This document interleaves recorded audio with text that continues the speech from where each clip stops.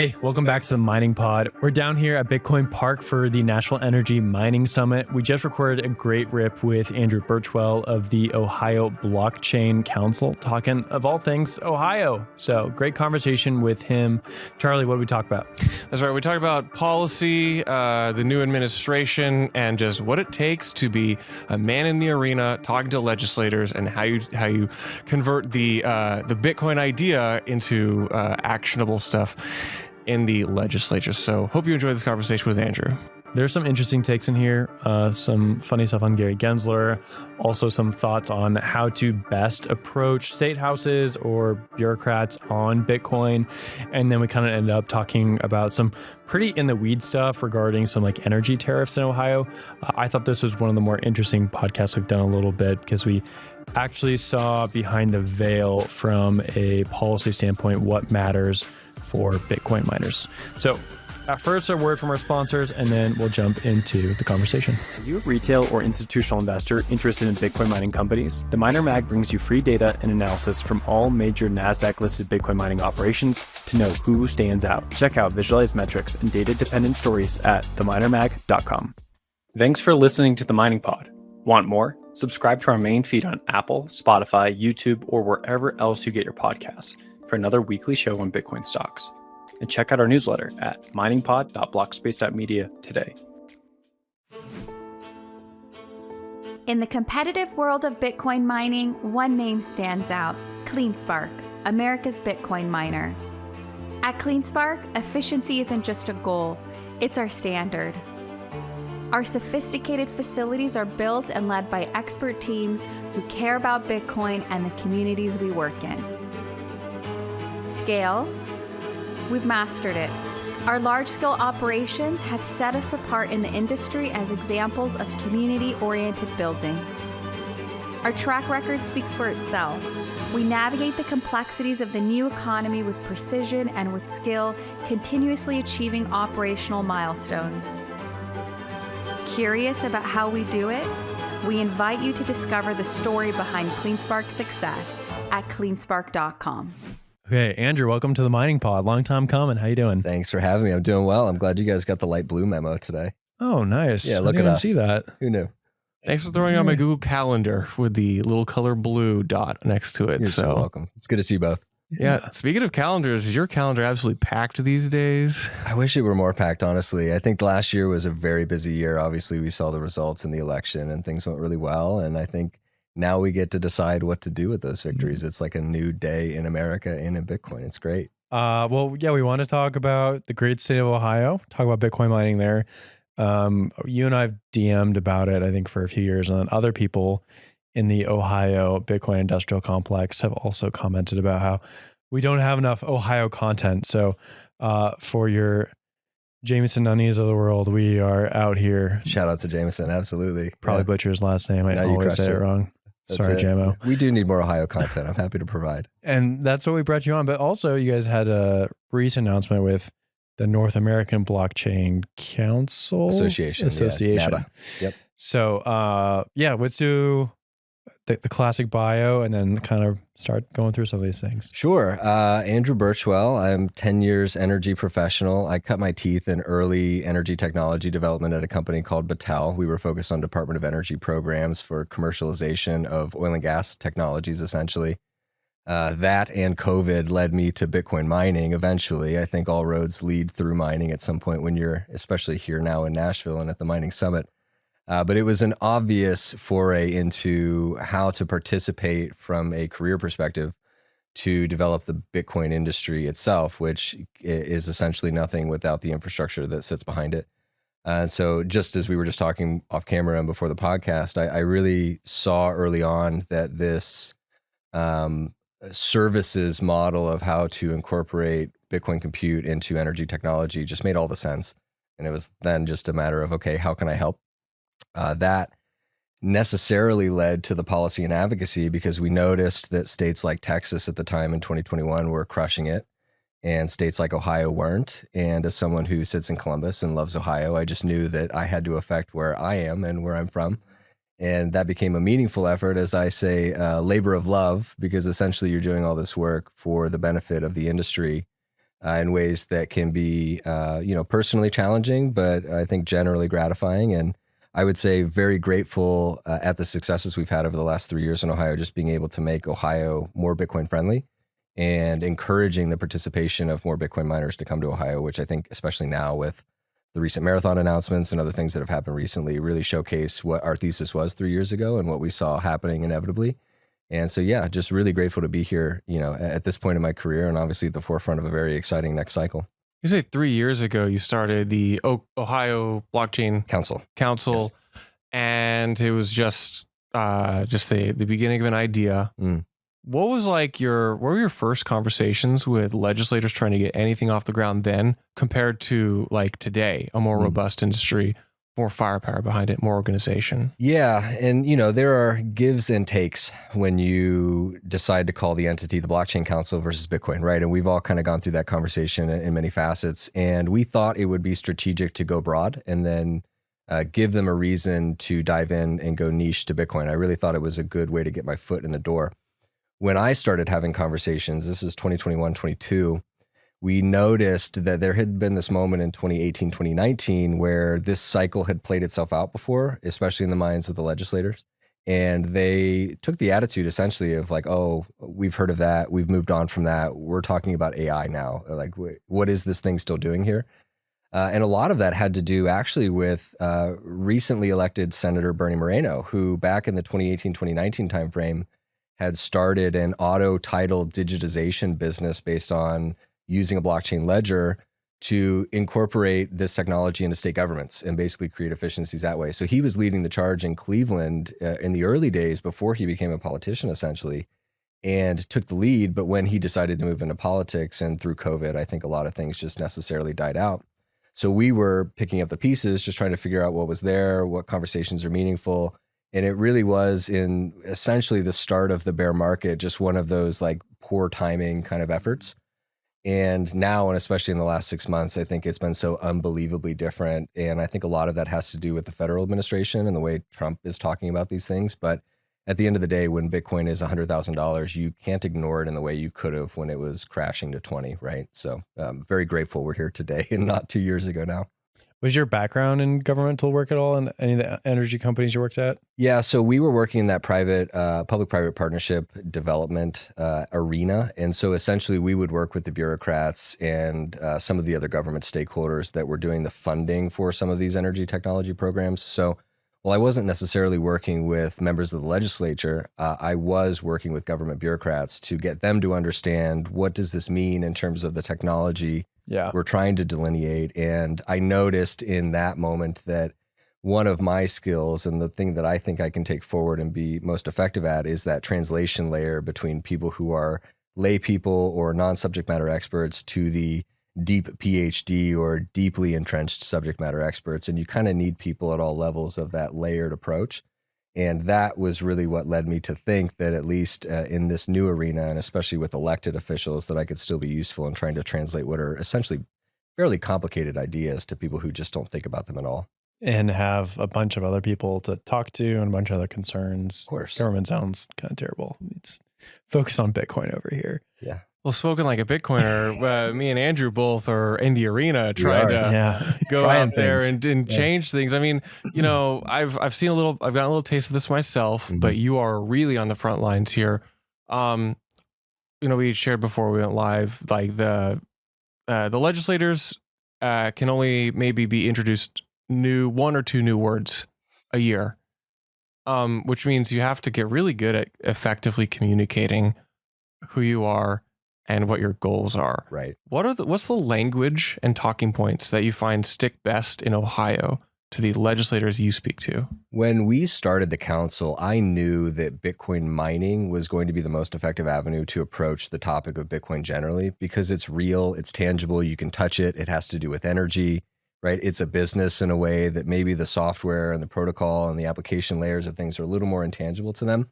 So we started with the Bitcoin miners. We wanted to affect this conversation first and foremost as an energy policy play and also as an infrastructure play. And that, I think, was the right decision. And I think that allows us to then talk about some of the monetary aspects, which are wholly separate and different, essentially, in terms of how you articulate these things. But ultimately, I knew that Ohio, as a pro-business, pro-energy state, was going to be able to speak that language most effectively. That is essentially what allowed us to partner with the Ohio Chamber of Commerce. Former U.S. Congressional Representative Steve Stivers runs the Ohio Chamber of Commerce. And we were most effective at getting him to be interested in Bitcoin through energy. That's just a fact. And he's now, I think, one of two people maybe at the Ohio Chamber that actually own a digital asset. And I think he does own Bitcoin, but I don't want to put you on blast there, Steve. But I really felt like, okay, they already understand energy. They understand the revitalization that was possible through old legacy infrastructure. And it's just littered throughout the state of Ohio, particularly. And so that really felt like the first foray into what we're now getting into, which is, okay, we have this infrastructure in place. We're building it out. Maybe there's concerns about scale and where and when to do these things. But at the end of the day, the monetary technology of Bitcoin is something that's becoming very relevant, and especially recently with price action and recently with the federal action. And so I think now we have to shift tone a little bit. And I've had certain conversations with certain members of the government who are thinking about running for higher office, for instance, and they've noticed that our industry has a particular prowess to it. Obviously, the last election results speak for themselves. And one of them told me very explicitly, don't get metaphysical on me when we're talking about Bitcoin. And I actually can't help it, because at the end of the day, if you're deep in it, it's a Robert Breedlove podcast for you. You can't just say listen to 1,000 hours of hard money maximalism. You can't. But when they push back, why is Bitcoin different than tulips? Or how does this have any value? It's not based on anything, right? Then you are actually in the realm of philosophy, and you have to start asking meaningful questions like, why does anything have value? And so I think that opens the door. And I think at the end of the day, those are conversations I enjoy having. So I try to sort of push the limit. But, I do think that there are very good key examples of why Bitcoin, the network, has utility as a monetary technology. And I think if we just stay there for a second, we don't get lost in the sauce of all these other things that might be interesting but not as tangible. Ohio, what does the Bitcoin landscape look like for mining? I've heard of a ton of projects. You mentioned Marathon. They just bought a bunch of stuff. I've kind of loosely tracked it, but I don't know as well as Texas. And I imagine most people listening to this podcast probably know the Texas market better. So if I can put you on the spot, what are some big players and some general numbers you kind of throw around? Sure. We're certainly, I would say, an order of magnitude less in terms of scale than Texas right now. That is growing. Now we have projects that are in the pipeline. Marathon bought some existing facilities and maybe have some expansion ideas. BitDeer has announced 2 very large facilities within the state of Ohio and some of the more rural regions. And so those are maybe the largest that we would expect to see in Ohio, assuming they go through. We have other, what I would consider good examples, maybe not at the scale of a Riot or somebody else, but ways in which we can look at Bitcoin mining as being a community partner and somebody that can invest in the revitalization of downtrodden or underutilized areas of our state. Standard Power has done a really great job of working with the community, telling a good story, really putting the vision out there of what this can be. And I think that's gone a long way for us to tell this story about what other examples are possible. We have some companies like Arthur Mining that are working with municipal utilities to basically be a good partner to the city or the town that they're in. And so I think, while we don't have the scale and might not of Texas, we're just geographically constrained. There is some possibility for us to build generation in a way that would be very interesting. I do think what we've done well is to be able to tell a good story of how we can, at any scale, develop these systems to be a good neighbor, good partner, and really not only support the Bitcoin network, but support the jurisdictions they're building in. So you've got the Ohio Blockchain Council, and you've recently joined with a larger national organization. Correct. Can you explain this? Tell me about this. What's the state do? What's the national organization do? Yeah. How do you fit in here? Well, the state and what I do through Ohio is basically to affect Ohio policy and be a business development liaison for bringing business or encouraging the businesses that are there in Ohio. The North American Blockchain Association, which is the newly spun up entity, we consider it to be a loose federation of states, essentially. So it's organized under a nonprofit structure similar to what all of the states typically would do if they have an organization. And as what I would consider to be one of the leading states within the national jurisdiction for affecting state policy is the Ohio Blockchain Council, this organization just allows the other leaders in state policy to work more effectively together to do better at our individual states' policies, but also really to organize when necessary to go speak to federal stakeholders at a time where maybe federal policy is still relevant to the individual states. So there are many national policy organizations, and they focus on, federal politics, and I think that that's important. But I do also think it's important to have that sort of boots on the ground approach to how do you really speak to the stakeholders that are more closely associated with each individual state. So we really are just organizing as, again, a loose federation of interests. And I think in that way, there's no real necessary outcome here, except for us to just say we are coordinating so that we can all be better together in that way. And this also does allow us to fundraise towards an industry that maybe doesn't want to worry about funding, 10 state organizations and are just looking for a coherent structure under which they can affect state policy generally. Today's show is brought to you by Digital Shovel. Digital Shovel is a leading manufacturer of modular mining pods as well as PDUs and switchgears. Unlike many other competitors, their product is designed and manufactured in North America with a complete UL inspection on the entire unit, not just individual components. Additionally, Digital Shovel is one of the most vertically integrated manufacturers of over 75,000 square feet of sheet metal shop, SMT and wave solder PCB assembly, as well as final assembly all under one roof in Toronto, Canada. Their price point leads the industry when compared to products with rates as low as $69,000 per megawatt for a complete data center with smart PDUs and switchgears. To learn more, visit digitalshovel.com. One thing I've been thinking about with all these different state policies is how things are going to change now that the administration has changed. It seemed prior, it was like you guys were just trying to hold back all these bad ideas from the Biden administration and be like hold the line. And then you're going to find out if Kamala won or not. And then she didn't. And now it seems like you guys have almost a worse task, which is to hold back the horrible ideas are going to pop up around. Yeah, there's more bad ideas. It's almost like prior it was like the big boot of the government was trying to step on everybody, especially like Texas is a good example. There's like some instances there. New York's probably a better example, actually. Now it seems like there's going to be enemies from without and within that you guys have to protect the industry against. How do you do that? Like, what's your guys' game plan? Maybe you can push back on my framing, but that's how I've been thinking about it. I think there are a lot of other people that can push back on your framing. I won't. I think you're correct. I mean, the gut instinct wins again. We are going from playing defense to offense in a certain domain, right? Definitely. You're saying. Yeah. And I think in that way, there's an open opportunity for us to be more effective positively. Yeah. Then the choice I think we all have to make, and especially as an industry that is a loose federation of interests in and of itself, right? The decentralized nature of Bitcoin suggests that we, with this opportunity, are going to have to be more effective at organizing together to affect positively what we want to see.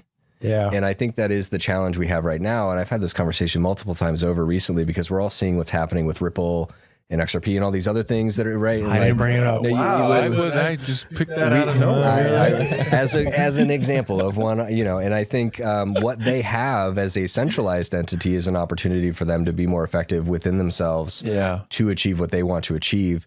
And I think that is our moment as Bitcoiners, is to recognize that without that, we still have to do this work and we have to do it effectively.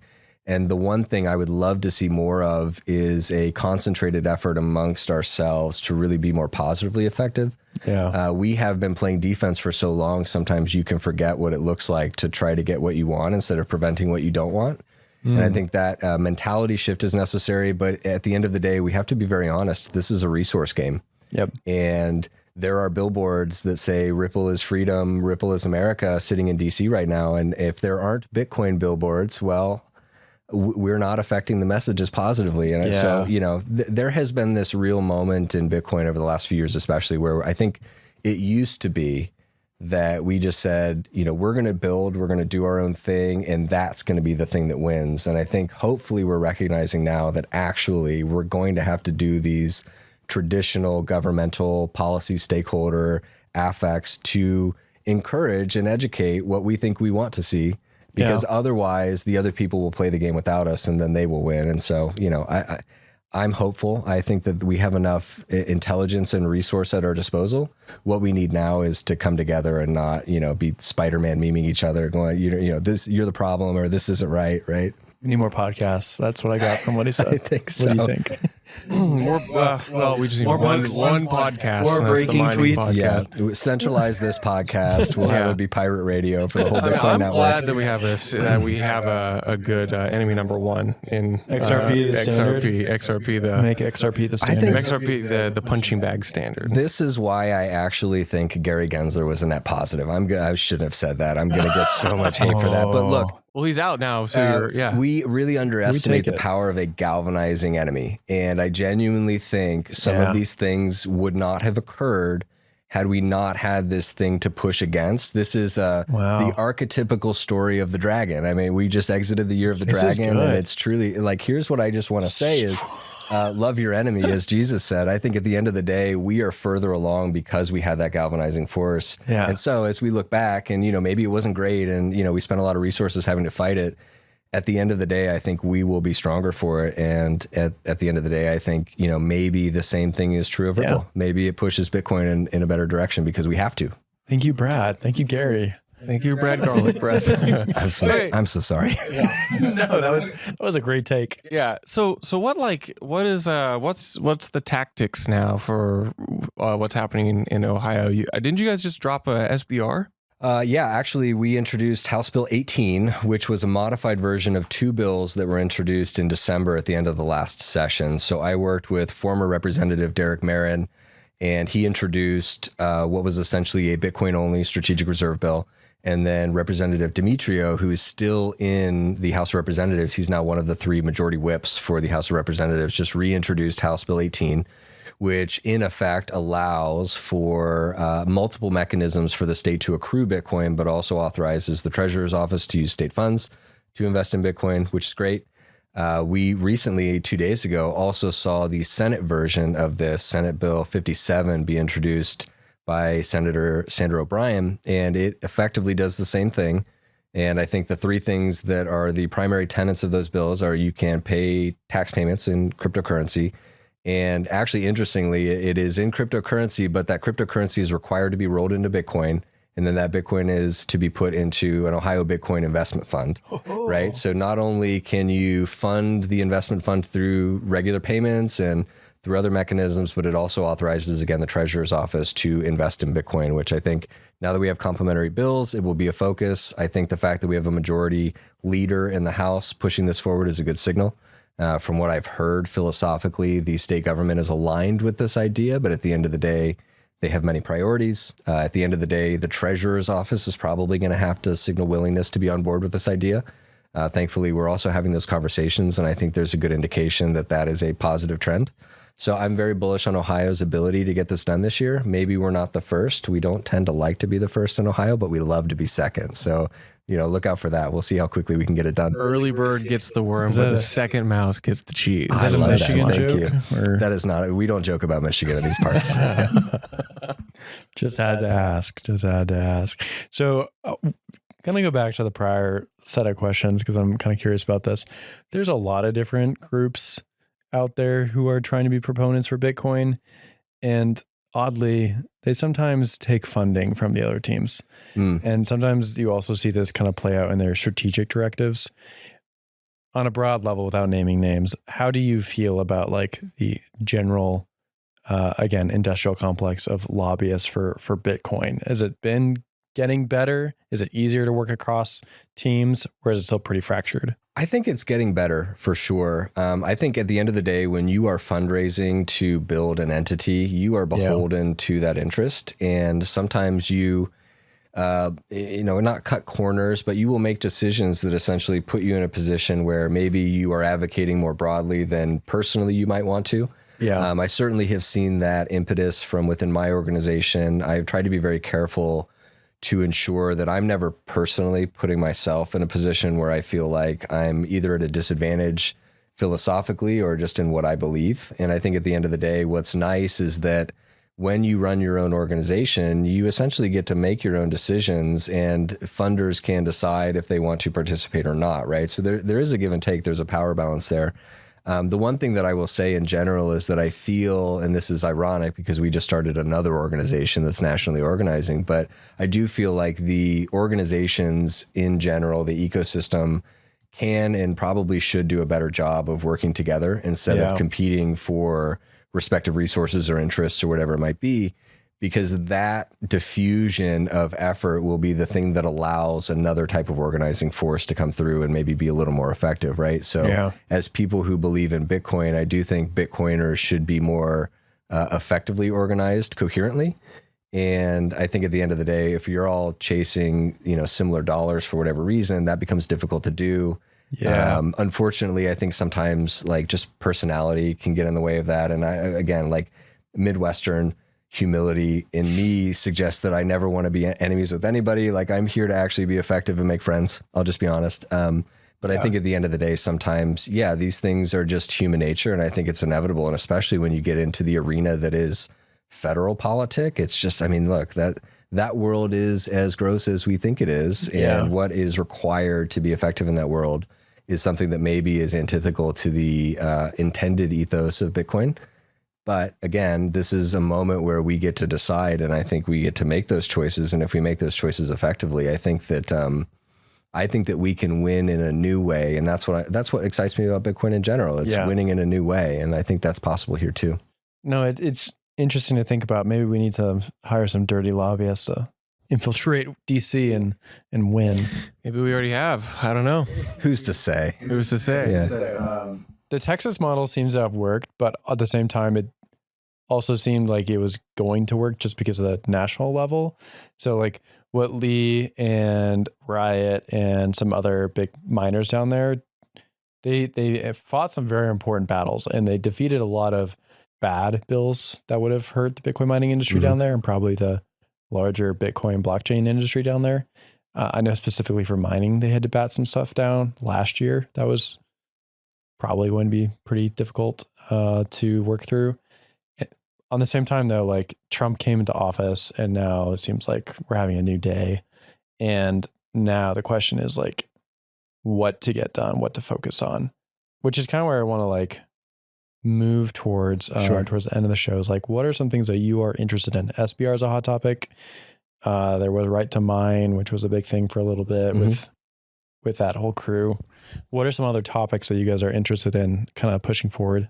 I think the right to self-custody is another really important one. I think this is something that we saw introduced last year as well, where if you can protect the primary mechanisms of what makes Bitcoin important, you're going a long way, right? We don't necessarily need the state to invest in it for it to work, but we do need to protect some of the baseline interests that make it permissionless and foundationally what we want it to be. I also do think that there are things that we can be doing that are outside of the policy and advocacy framework that are really important. And some of the efforts we're taking on in Ohio simply look like going into the universities and working with students to make them excited about this topic, right? Yeah. So I do a lot of work within Ohio State. I speak with the Fisher College of Business there, which is a pretty prestigious business institution, surprisingly, within a public university. Yeah. And really trying to get their fintech students interested in Bitcoin, interested in Bitcoin mining. This will be the third year that we're working on an industry immersion research program with the students where they get to explore Bitcoin mining, business models. I'm working with Matt Williams at Luxor. Shout out to Matt, who's doing the hash rate derivatives. Really tremendous guy, and is really, I think, showing the students this year a new avenue of exploration that looks like traditional finance, but is within the framework and language of Bitcoin and Bitcoin mining. So I think it's a tremendous opportunity. The students are extremely excited about it, the ones that chose to participate. Those are the things that get me excited, are not just, how can we carve out a framework of policy that's useful, but this really is about adoption, actually. And so how do we get the people on the ground more interested in these topics? And I think, honestly, sometimes getting political ads about Bitcoin can be a detriment to the idea, right? So thankfully, we're past the electoral cycle, and now we just get to focus on what's interesting about Bitcoin and keep building that. Hot seat. We have a new president. Oh, and is that right? Did you hear about that? No. Tell me more. He's lip service to Bitcoin. He's freed Ross. Yeah, that was huge. Big deal. but we're clearly in a new era for how the state talks about Bitcoin. True. At the highest level. Big league. How do you think we navigate? How do you walk this tightrope of Bitcoin kind of being antithetical to certain statism? It can be. Yeah, it can be. I think we have already done a great job. And I think over the summer and through a very concentrated effort in the election cycle, we were able to affect the messaging meaningfully. Some of that just had to do with the people that Trump was keeping in his inner circle. Vivek Ramaswamy, for instance, who, by the way, is going to be running for governor of Ohio. You want to talk about a huge opportunity for Bitcoin. That's a big one.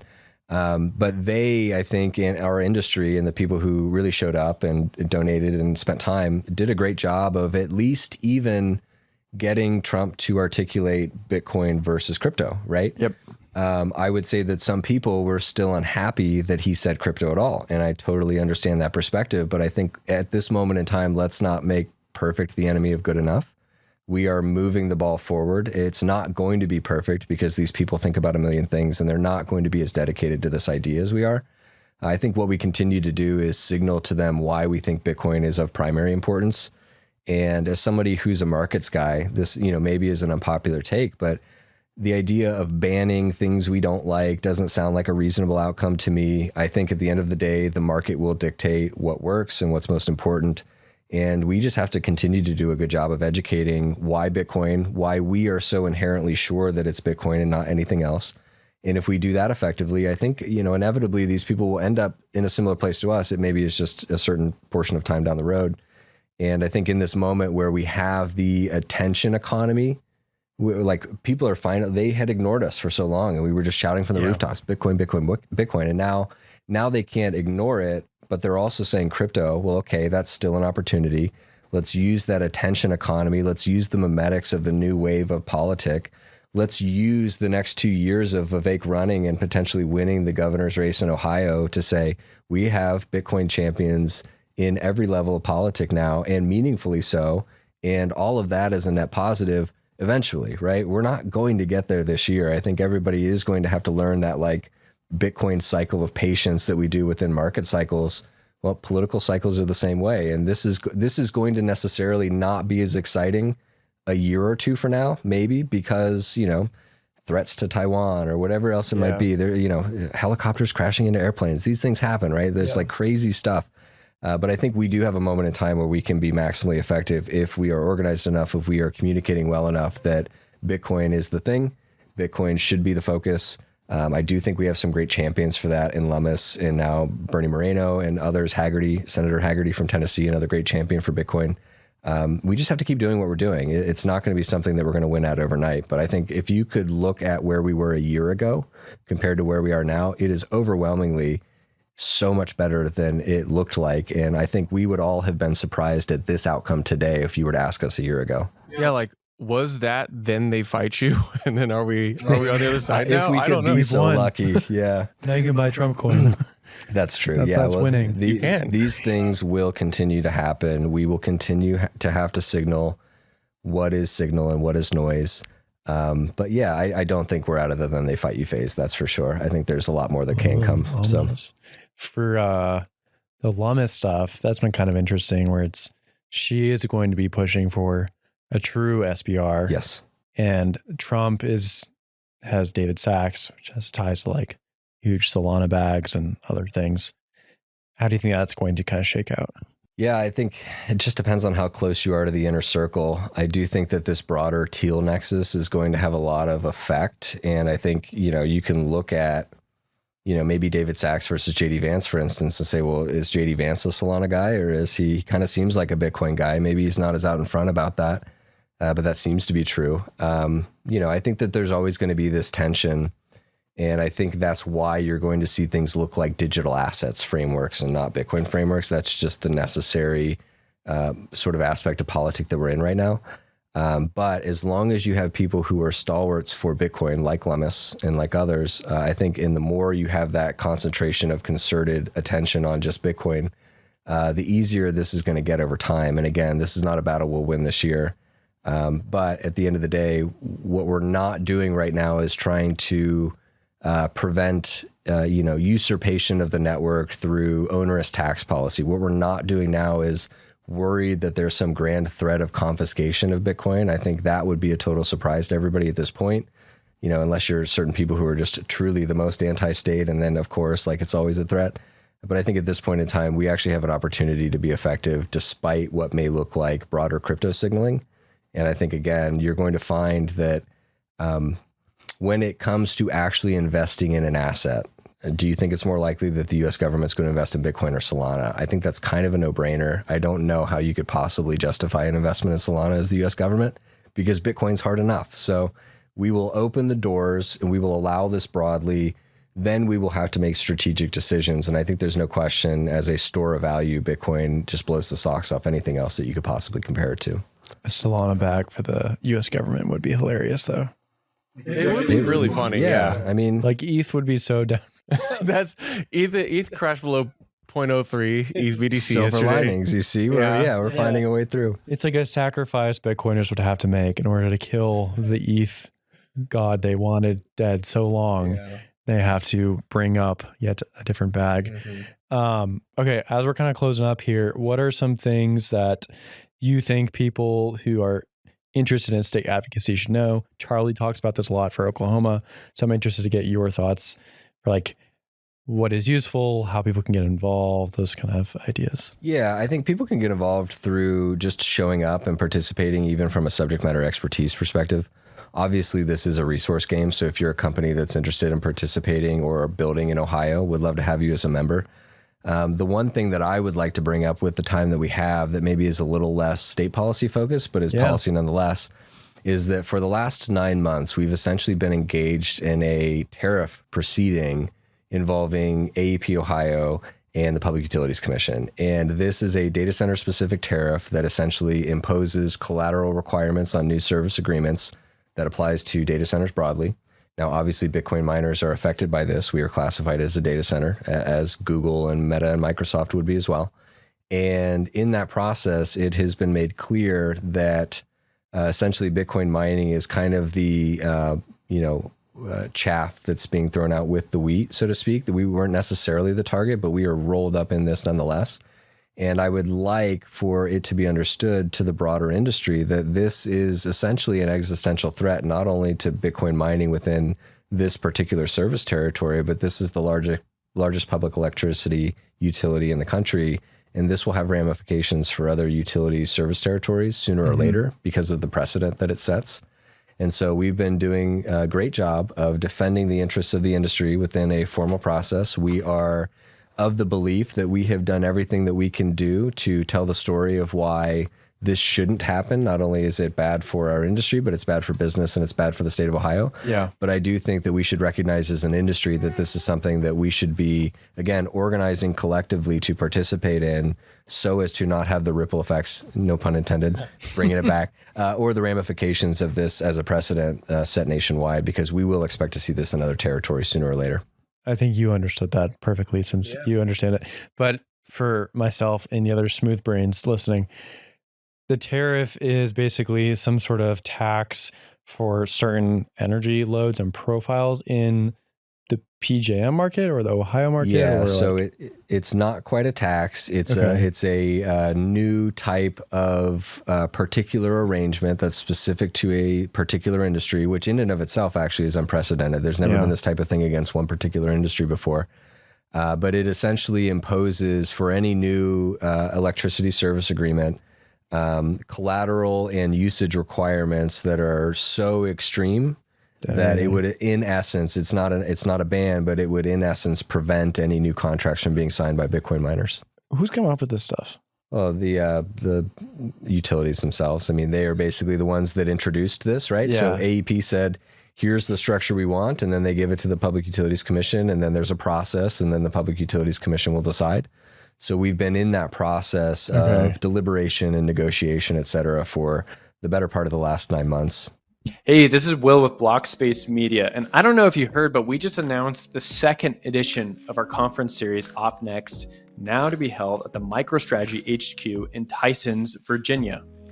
That's right. After the success of our first scaling conference at Fidelity last fall, we're doing it again this spring, April 11th and 12th at the MicroStrategy HQ. I'm really excited for the programming. We have various stakeholders, industry, developers, and Bitcoin miners present. So join us in April for open, neutral, and honest conversation about the leading proposals and technical solutions that will scale Bitcoin to the next billion users. No booths, no tokens, no shills, just Bitcoin and honest conversation. You can find tickets and more information at opnext.dev or click below in the show notes. Why would a utility, which is on the supply side, want to push down on its buyers? Well, what they want is for the buyers who can participate in this new agreement to pay what is required through the new agreement. So it is, in essence, a net positive for their revenue. Gotcha. Okay. But harmful and hurtful and and discriminatory. What we're seeing, discriminatory is the word. What we're seeing is that load growth is so significant over the next 5 years that essentially all electricity apparently is spoken for in existing contracts. And so what they're saying is in those existing contracts now, you have to pay all of this extra and pay it up front, essentially. And, it's under the guise of certain reasonings that aren't necessarily technically valid. And again, this is all what we argue within the process. But yeah, the net result, and at the end of the day, is that this would push out all Bitcoin mining, even though Bitcoin miners build in unconstrained areas and in areas that are not necessarily under the types of considerations that this tariff would essentially impose. It's interesting because you bring up this, and there's each little jurisdiction state seems to have our own little weird personality and battles we got to fight. But what I've seen in Oklahoma is that sometimes you can find unlikely allies in other industry organizations. What does that look like in Ohio? Yeah, well, you would be surprised at how things have aligned. And I think, where there has been agreement, and as part of the process, we, this will get technical, but we introduced a stipulation essentially that was amongst a certain coalition of customer class parties. Amongst those were ourselves, the Bitcoin miners, the hyperscalers, the manufacturers, right? Because you would think that all of us are actually competing for the same electricity, but we essentially know that we're not. Bitcoin mining doesn't necessarily compete for the same electricity these other entities do.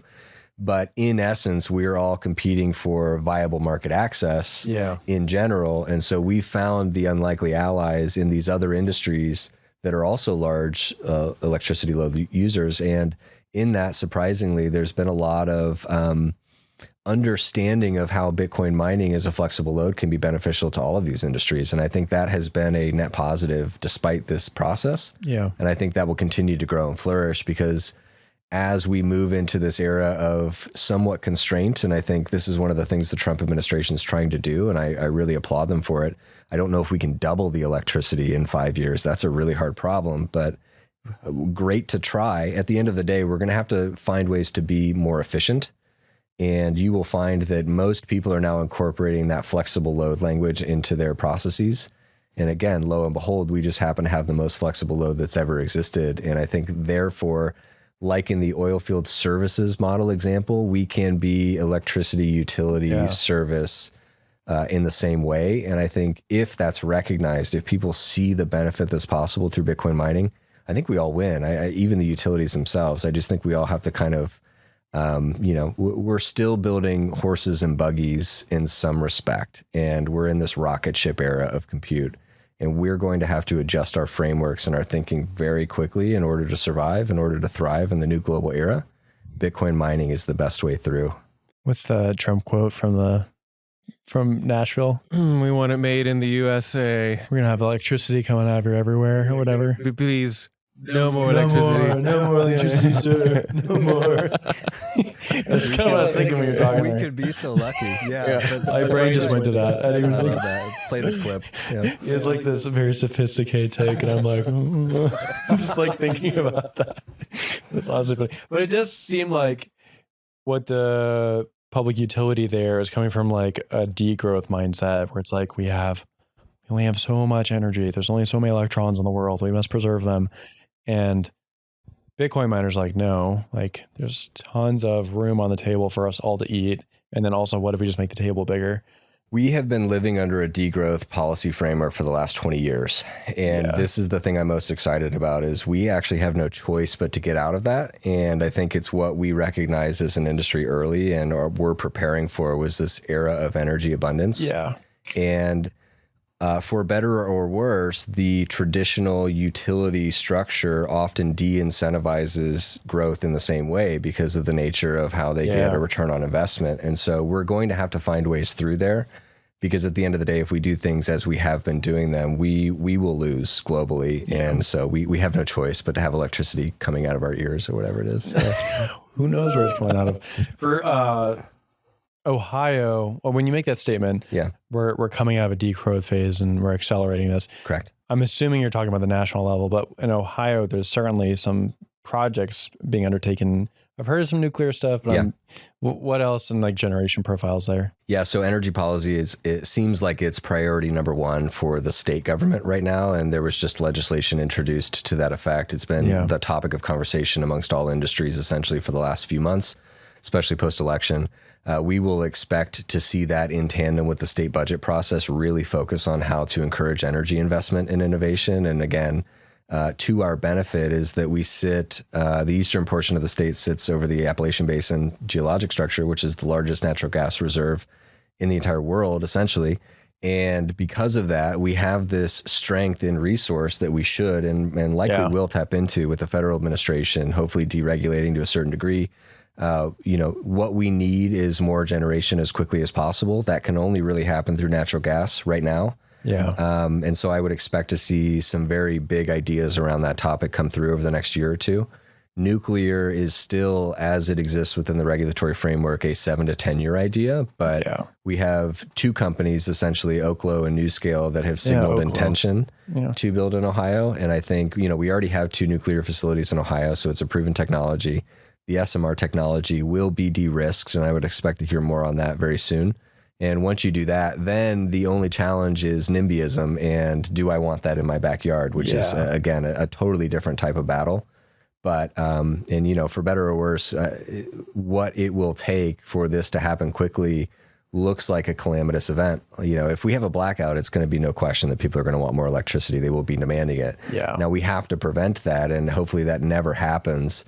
But in the meantime, people are just going to assume, as they've always assumed, that electricity gets delivered in an instant all the time and put no thought into how that occurs. And I do think that we're sort of shifting that bit a little bit here. It's crazy how that happened in Texas. And it's just like the energy generation is up straight to the right, which makes sense. A lot of people died. A lot of people had a horrible weekend. Yeah. It's not worth it, but it's nuts. Yeah. So I would expect, maybe we don't double, right? It took us 100 years to build the system that we have. And we're actually, based on load growth profiles, we're needing to double it in 7 years. Now, that probably can't happen, but there are ways we can make the existing system far more efficient using line capacitors that are 20-year-old technology instead of the 70-year-old technology we have on high voltage transmission lines. That's an easy win, right? Yeah. It's just everything comes down to the incentive model of how investment decisions are made. And that is what will likely have to change for us to get where we need to go. Reminds me of a podcast we did like 2 years ago around that time of that Texas storm. That Texas storm was 3 or 4 years ago now. There was one every couple of years. Yeah. Well, the bad one was 2021, but we did I think it was a year after the Texas storm, and we had a guy on from Stoic Energy, I think the place is called, but it's basically like a advisory company. And the guy was talking about how in the Texas market, it's not just building new generation. It's also like making the insulation in people's homes better. It's about like making the grid a little more resilient just on the transmission lines. So there's other things to think about as well. Just turn your water off when you're brushing your teeth. Those little things will go a long way, right? This American, you can't make me. That's right. I turn it up double to account for you guys. Cool.